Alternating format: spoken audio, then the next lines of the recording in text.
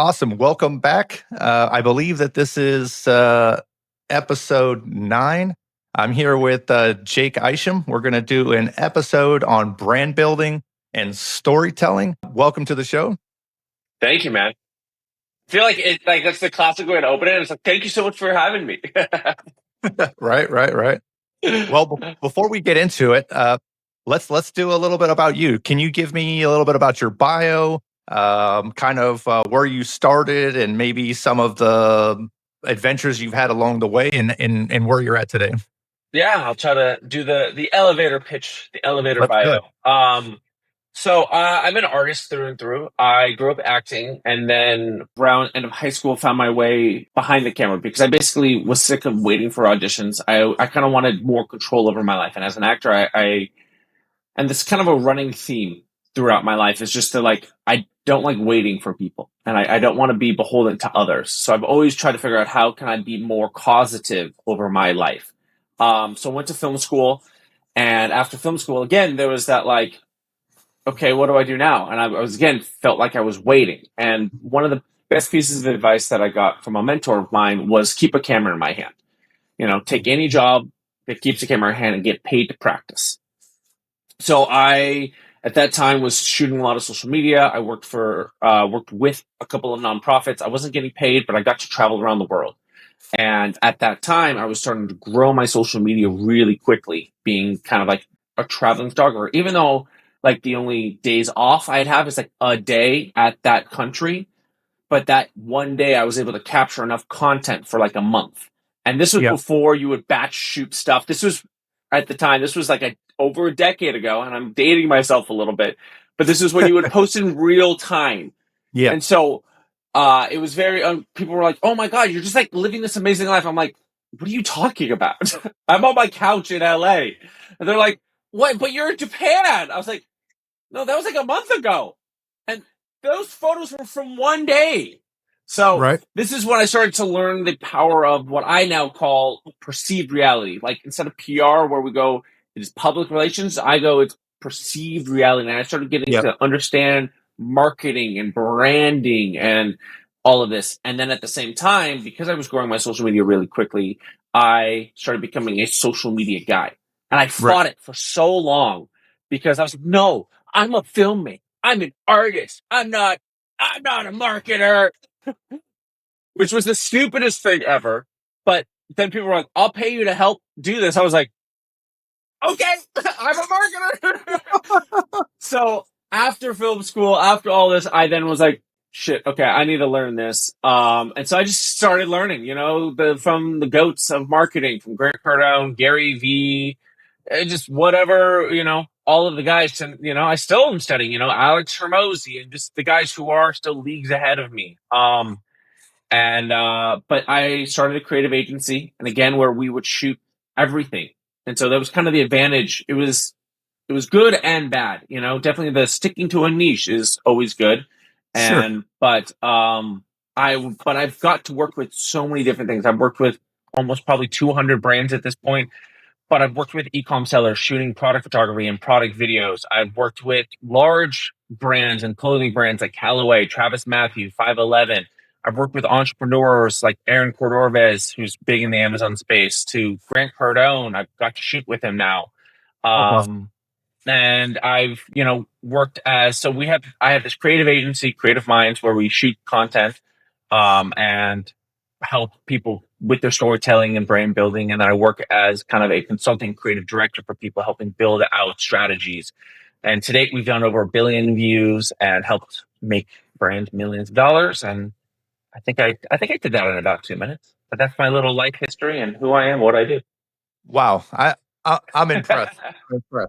Well, first of all, I want to back up a little bit. So my dad is a professional photographer, and you said you didn't really have a day off and things like that. But the funny thing is on his day off, that's what he would do. So he enjoyed taking a camera, hiking for 3 hours so he could get a picture of when the sun rose over a certain valley, things like that. And so honestly, I think that is his perfect life. And so your day off, your work. I mean, I think there's a saying, it says, if you love what you do, you'll never work a day in your life, right? I have a podcast myself, and I literally just did an episode on that, on talking about the subtle nuances of it. It's like, because it is work. It's 100% like, I'm very fortunate to be an artist, and like, my job is making art and shooting videos, and it sounds glorious, but there are days where I'm on sales calls, which is not what I love to do. But the quick tangent, on that is like, is figure out the lifestyle you want to live. And if you want to be able to go take those mornings and go take photographs, well, what are the other sacrifices to it? And so, which is just something I always talk to artists and entrepreneurs about. It's like, just figure out the lifestyle you want to live. Yeah. Honestly, sales is part of the job, but also delivery is the part that we enjoy, right? So I also noticed that by what you were saying, I realized that it's very, very possible that we should work together, because we also manage 30 brands or so on TikTok and Amazon. And I'd like to possibly maybe introduce what you do to some of the brands that I work with, and it could be a good fit. And before I get into that, what is the name of your agency so that we can let everybody know? Creative Minds. CreativeMinds.com. Okay, cool. And you do, and just give me like, what are your top services that you typically pitch? So we have kind of two main services, you could say. We have kind of a personal brand building service that's kind of a lower ticket, which is vertical reels and coaching with that distribution, putting it out online. And then the higher kind of ticket service is this new service we're doing, which is digital shows. Basically, think like Hot Ones, Comedians in Cars Getting Coffee. If you're a golf fan, Bryson DeChambeau's Break 50. But basically building a show around what you love, like around a hobby, or it could be around your business. But it's basically with the entrepreneur, and it's marrying a little bit of their hobby with their business and allowing them to basically get attention, network, and create content out of it that basically allows you to help expand. Because at the end of the day, all views are not created equal. Right. And I was literally just in a consult with a jewelry brand literally yesterday, and they're like, we have no problem getting views. They're getting, hundreds of thousands, millions of views a month, but it's like, but we don't convert. I'm like, exactly. So like, I have a client, right, who is in the commercial real estate space, who we put out a video, maybe it got 1,500 views on LinkedIn, nothing crazy by any means, but the CEO of a major franchise that he works with that has over 8,000 locations commented on the video. Like, building the right connections with the right people, that's what matters. It's like, cool, I got 1 million views, but if none of those people are going to buy from you, it doesn't matter. Or if that video doesn't convert, like if you have to understand certain videos are meant for just to get a lot of views, then certain videos are meant to convert. And you have to have a strategy that goes along different types of videos and the purposes of the different videos, and knowing exactly where. And so then that's kind of, you could say the last service is this kind of consulting as a creative director, understanding the pipeline of how it works from top level awareness through conversion, and then also re-engagement in terms of continuing to get that person to buy from you. Absolutely. The marketing funnel is something that we did an episode previously on awareness, consideration, conversion, and going through this process. And first of all, you have to get them into the funnel so that you can retarget them, but having a relevant audience. So it's not 1 million views of people that aren't necessarily the right people. Having relevancy is definitely important, and having good content to engage those people is definitely very important. So let me just I'm going to do an idea. So let's say I had a brand. Let's say I sold skincare. Let's say I sold a cream, and I wanted to hire you to do your first service. What would that look like? What would the onboarding or the delivery of that look like? So part of it is figuring out who your audience is. And so if you don't know, you've got to know, who are you selling it to? Are you selling this? Because if you're selling it to your skincare, is it going to teenage girls, 20-year-old girls? Is it going to men? I'm assuming most of it's women, but again, it could be, but it could also be to 56-year-old women. Like, you're going to make different videos. You're going to have different people in your video. You're going to have different messaging. So it's all figuring out who your avatar is, fancy word for, who's your audience.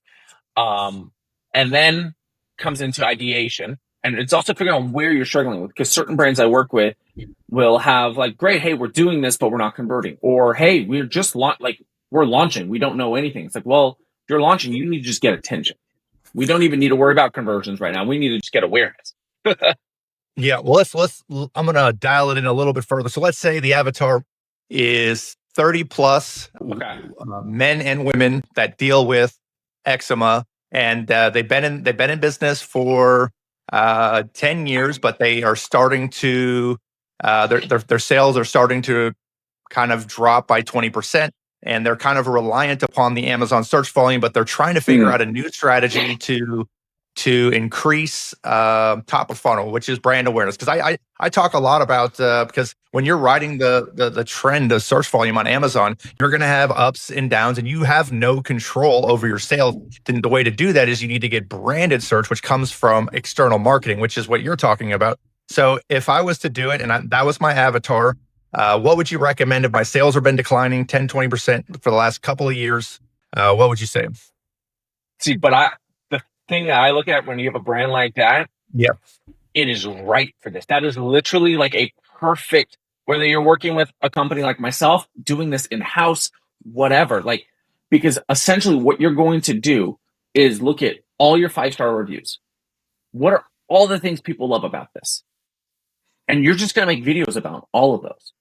Like, Don't worry about what your core features are and what you're putting on your Amazon listing, like, because it could work, it could not work. But take what your customers are actually saying about it. I love it because blah.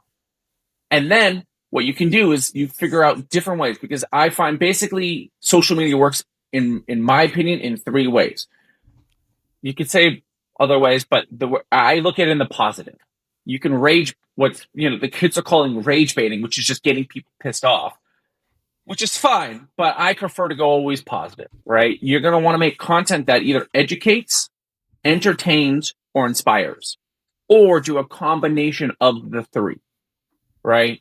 So you can go look, oh, it cleared up my eczema in, a month. I don't know, right? That's a 5-star review. Well, great. Let's make an educational video about how it clears up eczema, right? Whether that's the ingredients, how do you apply it, when do you apply it, who should apply it? Like, you could just go who, what, when, where, how, why, how. You can make an entertaining little sketch about it. Like, 1 day with this, 5 days with this, 10 days with this. And you can have the eczema, but be it, crazy, and the face is all red or whatever, they're all red and scaly like a monster or something like that. Right. And so it's overly ridiculous. You could do it inspiring and show before and after photos, before and after videos of like, this is what you're doing. And so that's inspiring. These are just things that, coming off the top of my head, you write 100 of these ideas, and I have, guides and prompts that help people with this. But this is what we do, is that we just go sit, because I don't know about eczema. Right. But usually the business owner knows all about their product. It knows all about their customer, and you just sit with them and you go, oh, okay, what about this? What about this? What about this? And then one of the final key is think with storytelling. At the end of the day, us humans love to connect with stories, and we remember stories. So why did you start this brand? Why, what is the goal? You could even tell a client testimonial that you remember. Hey, I remember I was working with this gal. I said, hey, you know what? I'm going to give you a free bottle of my skincare.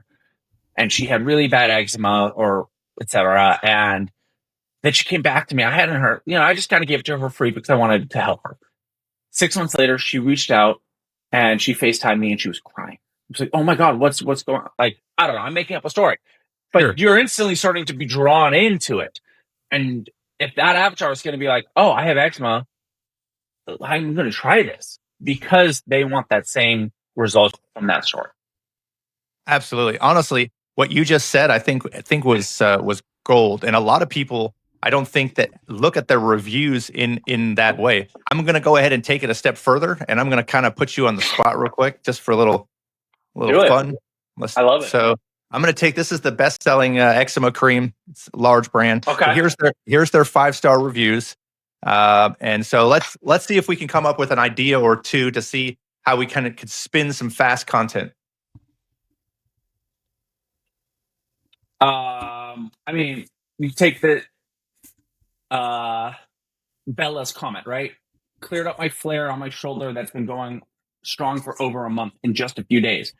You could be like, day one with eczema, you know, uh, there's a standard TikTok video which is like day one, blah blah blah blah blah. Day two, blah blah blah blah. Day 1 week on blah blah blah. Right?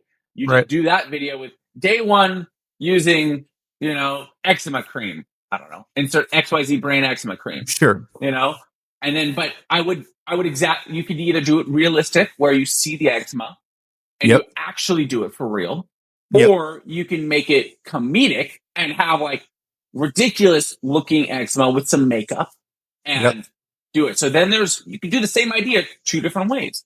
You can also do it with multiple different avatars in the sense of have a 30-year-old woman, have a 50-year-old woman, because those are going to connect with 2 totally different audiences.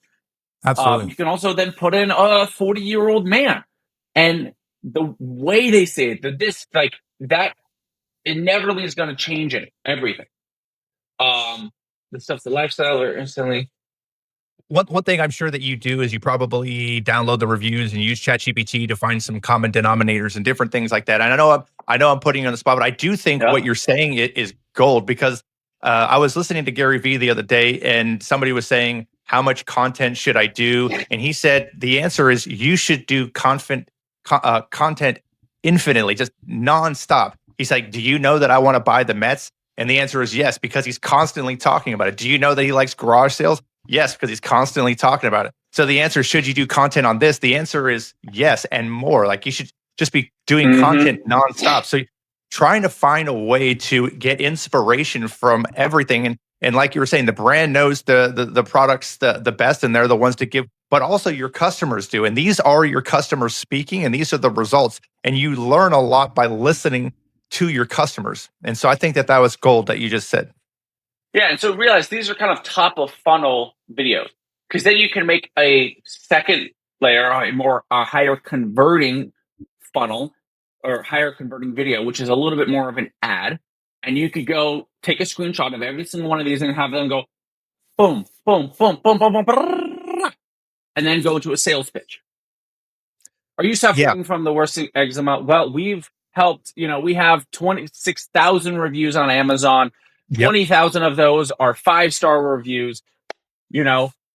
Allison says this stuff is a lifesaver. Bella says this stuff is magical. So if you're suffering from eczema, look, 20,000 people trust this brand.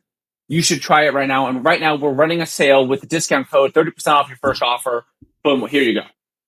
So honestly, where do I buy it? I mean, I'm and so that's where we talk about. It's like knowing what types of videos. Okay, we're going for attention here, just to get eyeballs.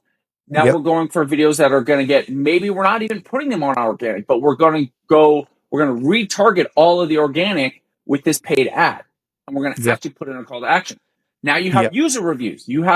That's the great thing with Amazon, is that they can post these. You can use this content right here and do a little green screen video. Say, hey, look, this was the before, Nicole, posted, had really bad eczema. She said, she's probably been dealing with it for a while. This is her after. She says right here, and then you put the screenshot of the review. 5 stars. She said, this cleared up my eczema within a week. Not oily, not greasy like a lot of eczema creams. Look, a lot of people deal with eczema, and it's been going on for X amount of years in their life. So in either as the brand owner, like, you're going to have to do this yourself in the sense of be the face of the video, or you're going to have to hire somebody that looks like your common buyer. So it looks like there's definitely women in their 30s to 50s. So you might want to hire, you can bang out 30, 60, 100 videos potentially in a single day, depending on if they're scripted and how fast and how difficult they are. But and it just comes with building a relationship. And that's where then that next level is that, is you build a show, and that's why I love the idea of, building shows, because why do we love TV shows? It's because we live with these characters, and the characters could be a talk show host like David Letterman or Steve Harvey, but it also could be, Ross and Rachel. We want to see them, we fall in love with these people. And that's why, like, there was a conversation that I love between Steve Harvey and Denzel Washington, where they were talking about the difference between them. He's like, and Steve Harvey was talking about, he's like, look, these people see me every day in their homes. He's like, Denzel, there's a mysticism between, Denzel, who's like, oh my God, you're Denzel, rather than Steve Harvey, which is, oh, what's up, brother? Like, because they feel like they're family. They feel like they know Steve so much. And they were talking about the audience interactions between them and the difference between them. Yeah.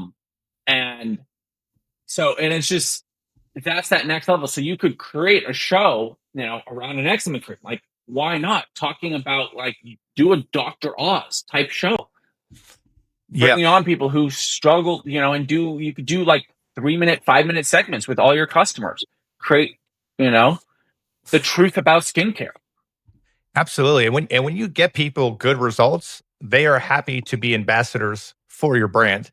And there can be relationships that are worked out. I think that with the genesis of TikTok, I think TikTok changed the content game permanently. I did want to ask you a question. So in my experience, before TikTok, content was being kind of curated, content was made kind of every so often.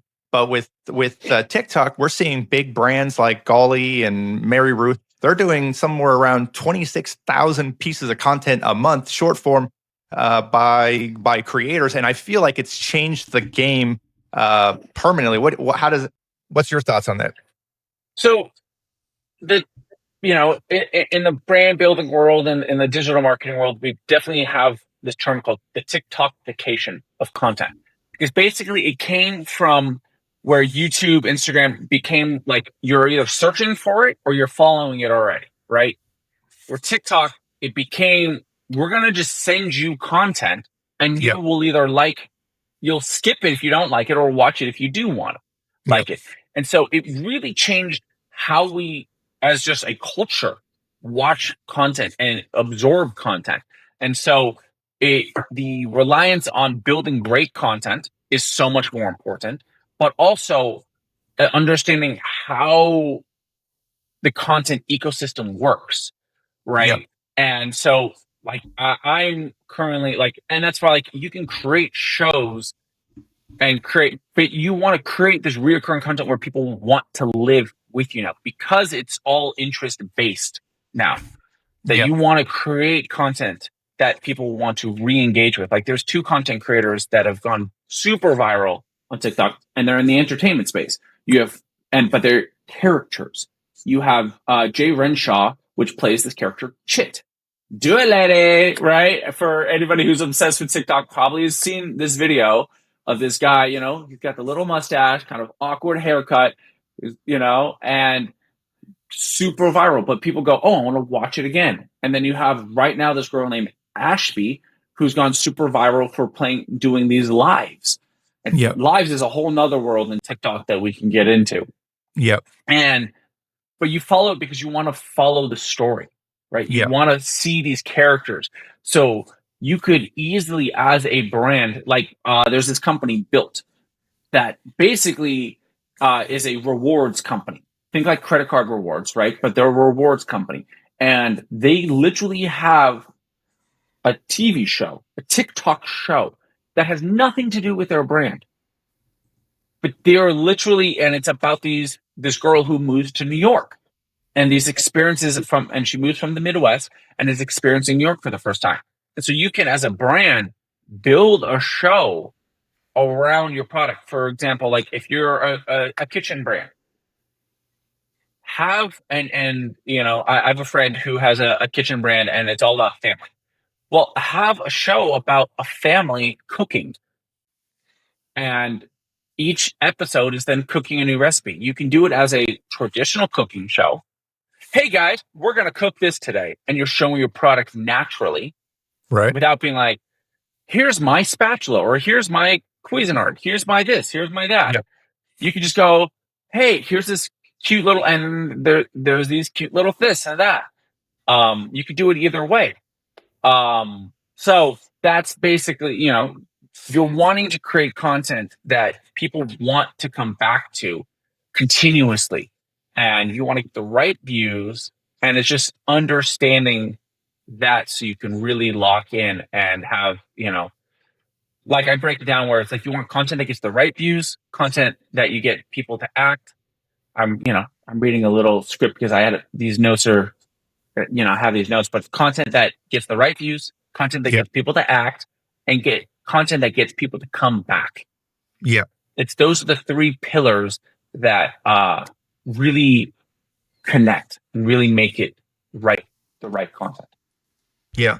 Well, one thing I was going to, that it's definitely is incredibly good advice. I would say there's a story that goes hand in hand with what you just said, which is the Dollar Shave Club. So they made the funniest videos, and they sold it for $1. They started in 2016, and in 2023 they exited for $1 billion, and that was all from good storytelling. And so whenever I'm thinking about being, I'm a brand. I think it's good to always look at what do you engage with? What causes an emotional response to you? What do you want to come back and say, I would like to see what happens next? And that's kind of the storytelling that you kind of want to do for your own brand. When you're doing just one video, I mean, honestly, the worst thing you can do, and I see it from creators on TikTok all the time, is they put the product on a chair and they do an AI voiceover, and it's just absolute garbage. It doesn't relate with anybody. It doesn't tell a story, doesn't grab their attention. And in short form, it's important to start with a hook. And what is the hook? A hook is the reason why you watch the whole video. So it violates a lot of storytelling and brand building. And I think that's kind of what's lacking, is people don't look at the big picture. They look at this one video, this one instance, and they try to all they care about is sale for sale, and that's it. I think that's the issue today with story building, when people think too small. And they're not thinking with a long enough time horizon. I love you. Even when before we started the podcast, you were like, I had a great editor. He cut up, on our first episode, he cut it up to the point where where you said you enjoyed watching it, and you were like, I was there. And that's always my criteria when I work with my editors and with my team and with the brands. It's like, do you enjoy this content? Would you sit and watch this? If you yourself are not going to sit and watch this, no one else will. And Absolutely. that you have to really yourself take the viewpoint of the audience and go, do I find this interesting? Do I enjoy this? Because if you don't even enjoy this, the likelihood of others enjoying it is going to be much, much lower. Yes, others could. There could be, they're like, well, I didn't think that would hit, because there's a million stories like that. We're like, I didn't think that would go viral, and it does. There's a difference between I didn't think it would go viral versus I didn't like it. I didn't like it at all. And that's the difference. It's like, I didn't think it would go viral, fine. But I didn't think that was a good video at all. It's like, okay, well, at least let's make sure you put out something that you think is somewhat good. That's a good first bar for sure. Yeah. And just like at the end of the day, we all have our own sense of pop culture, right? We all, like, unless you're super hyper niche and like really weird things, but even that, you have an audience with others. Yeah. I think that there's two sides to that statement. I definitely think that you should definitely like it for sure. But I also think that you also don't want to be a perfectionist, which is the extreme of that. So like they say, I think perfection is the enemy of good. And I think that there's a point when it reaches a minimal standard of professionalism that you like. And at that point, I think it's about test, try different audiences, different things. But of course, it needs to meet that minimum bar. But that bar, you do need to allow to get feedback from a larger audience and not hold back your content, because I see that a lot where people they're not happy with the TikTok videos because it's not incredibly curated. But the thing about TikTok is that it's authentic. It's people telling relatable stories. They're not actors. They're real people. There's somebody that they have a cell phone and they have 1,000 followers, and they approved a sample, and they're telling you a story about the eczema in their experience. They don't have any true experience in brand building, and they're just doing the best that they can and trying to make a relatable video. And so it's very difficult. The curated content to the creator content, you have to have a little bit flexibility. And I do think that the curated content and the storytelling in that regards, I definitely think you should definitely like it. It should go with what you're trying to, like the story you're trying to tell with the brand, and keep your integrity and keep it consistent. But don't be too much of a perfectionist where you actually stop and you don't actually make any content.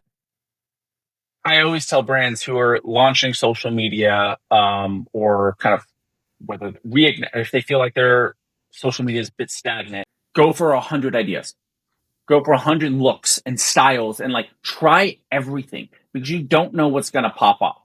Like you don't, like you really don't. And the more I do this, I go, the audience knows, and your Yeah. audience will try it. So the best thing to do is just try, because it literally, you could say, costs nothing to put out organic content. And sure, it costs to make it. It costs if you're paying an agency to do it, etc. But like, you don't. And I tell this every time in my sales calls with clients, you don't have to pay me to do this. I do it because you don't either have time. I only do it for clients because they don't have time, or they don't feel like they have all the knowledge on how to do it.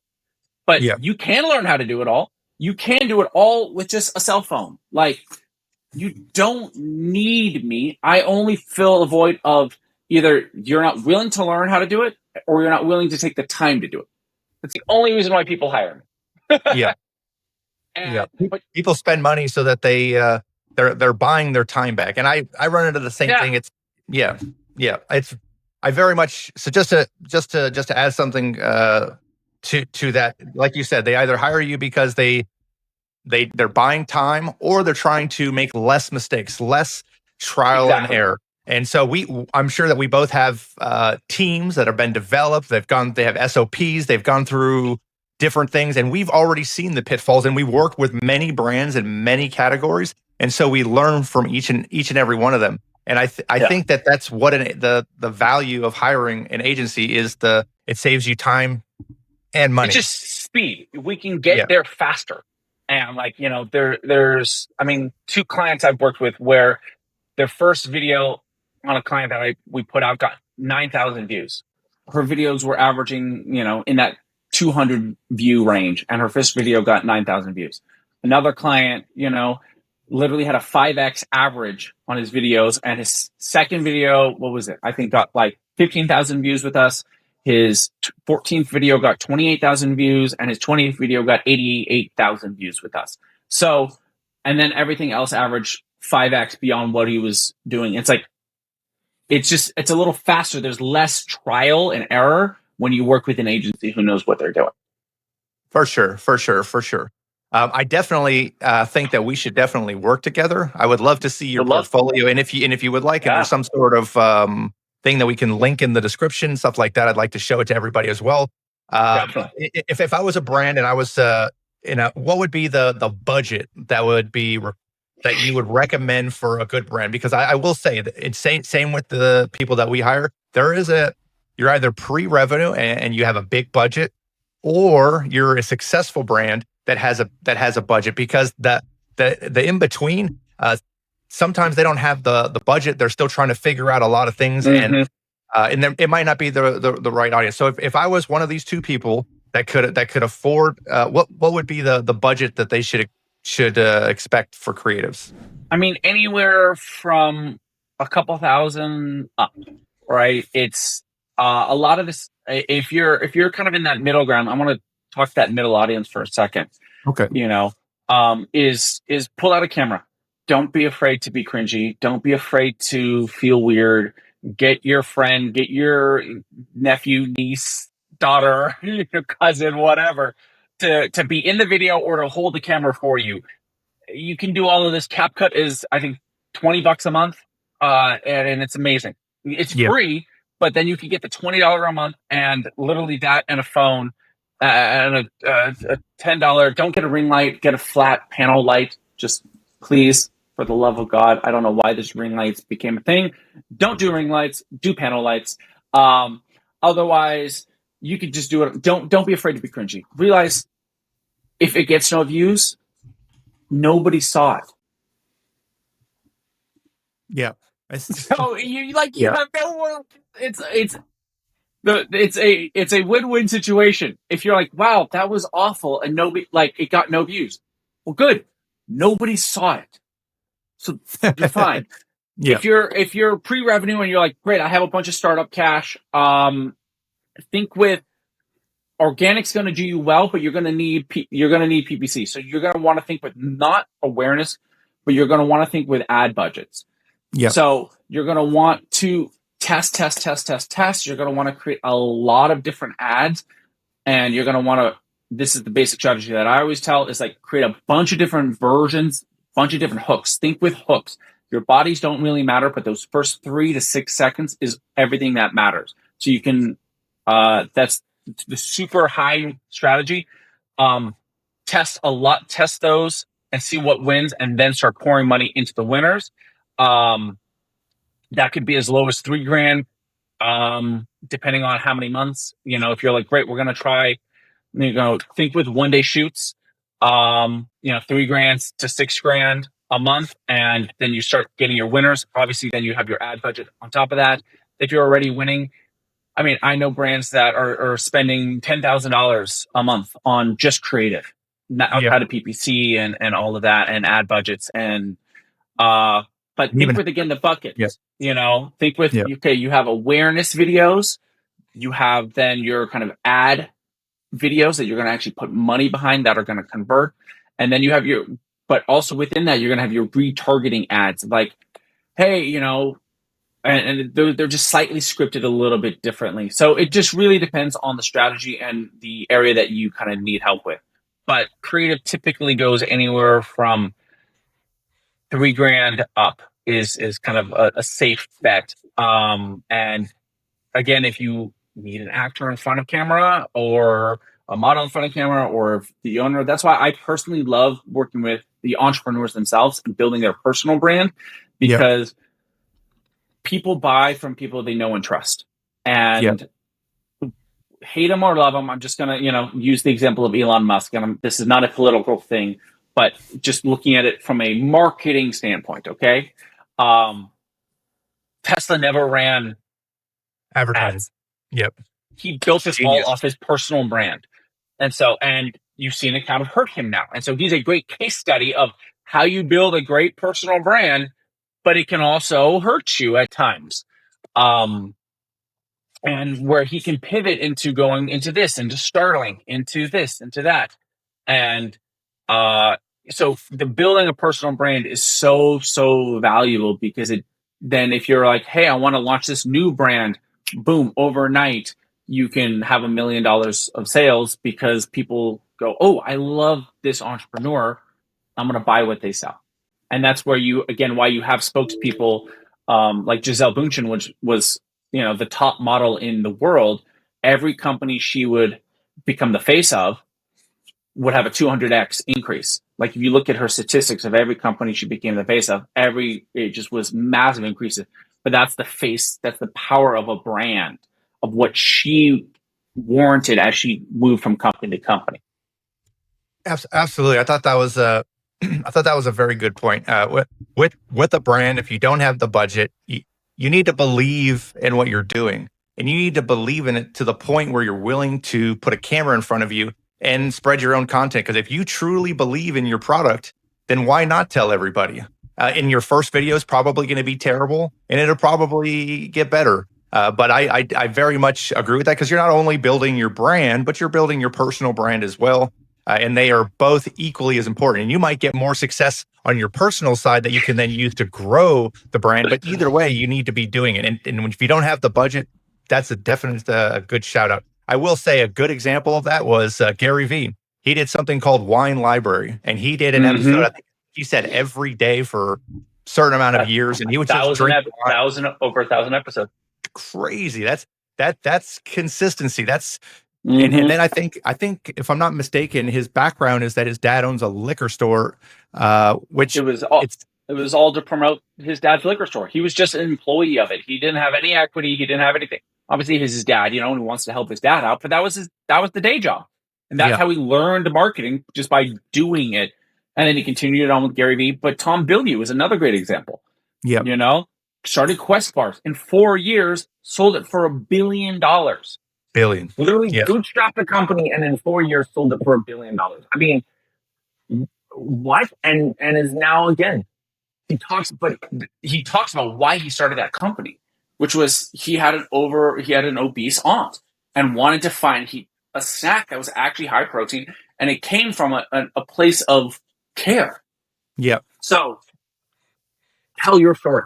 It's storytelling. People relate with people, because they like it. Yeah. And us as entrepreneurs, we see a problem, and we typically, majority of us see a problem that we want to handle, and that's why we start the company. It's not because, we saw this was the highest profit margin and we went for it. Now, there are a percentage of people who do that, but yeah, absolutely.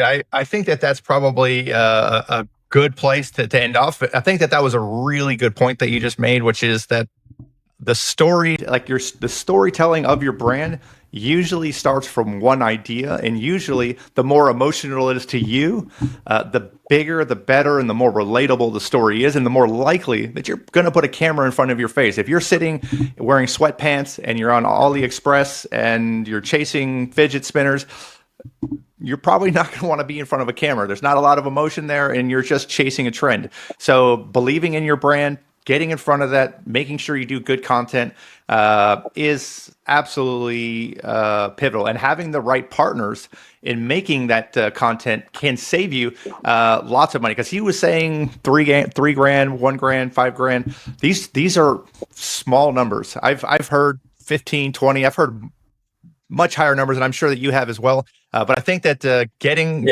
understanding your marketing budget, and typically with a brand, you've got creatives, you've got advertising, and you've got agency costs, and this is kind of your marketing budget. And it's important to understand this and market with the capital that you have. Don't market like Gary Vee when you can't afford it. It's a marathon, not a sprint, and a strategy and a budget can be put together for every brand depending upon your budget.